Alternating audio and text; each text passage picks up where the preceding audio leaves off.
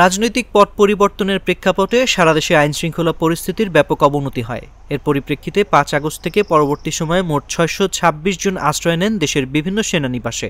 তাদের মধ্যে ৭ জন এখনও আছেন সেনানিবাসগুলোতে। রোববার এক বিজ্ঞপ্তিতে এসব কথা জানিয়েছে আন্তঃবাহিনী জনসংযোগ পরিদপ্তর।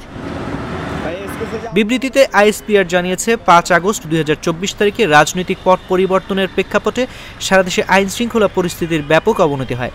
এ সময় প্রাণনাশের আশঙ্কায় কতিপয় রাজনৈতিক ব্যক্তিবর্গসহ বিবিধ নাগরিকগণ সেনানিবাসে আশ্রয় প্রার্থনা করেন। এ পরিপ্রেক্ষিতে বিচার বহির্ভূত কর্মকাণ্ড রোধ, জীবন রক্ষা ও আইনের শাসন সমুন্নত রাখার লক্ষ্যে জীবন বিপন্ন ২৪ জন রাজনৈতিক ব্যক্তিত্ব, ৫ জন বিচারক, ১৯ জন অসামরিক প্রশাসনের কর্মকর্তা, ২৮ জন পুলিশ অফিসার, ৪৮৭ জন পুলিশের বিভিন্ন পর্যায়ের সদস্য, বিবিধ পাবলিক বিশ্ববিদ্যালয়ের কর্মকর্তা সহ বিবিধ ১২ জন এবং ৫১ জন পরিবার পরিজন সহ সর্বমোট ৬২৬ জনকে বিভিন্ন সেনানিবাসে আশ্রয় প্রদান করা হয়।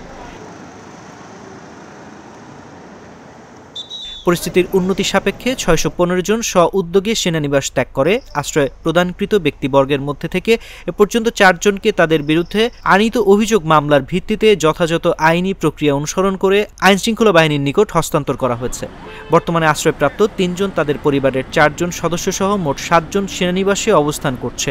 এক্ষেত্রে সেনাবাহিনীর পক্ষ থেকে সংশ্লিষ্ট মন্ত্রণালয়কে সব তথ্যাদি প্রদান করা হয়েছে।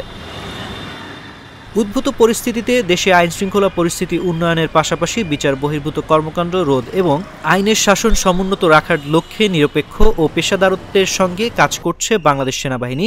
এক্ষেত্রে গুজবে কান না দিয়ে সবাইকে ধৈর্যশীল ও সহযোগী মনোভাব প্রদর্শন করার জন্য বিনীতভাবে অনুরোধ করা যাচ্ছে। দেশের প্রচলিত আইনের প্রতি শ্রদ্ধাশীল থেকে বাংলাদেশ সেনাবাহিনী সর্বদা জনসাধারণের পাশে আছে এবং থাকবে বলেও ওই বিজ্ঞপ্তিতে জানানো হয়।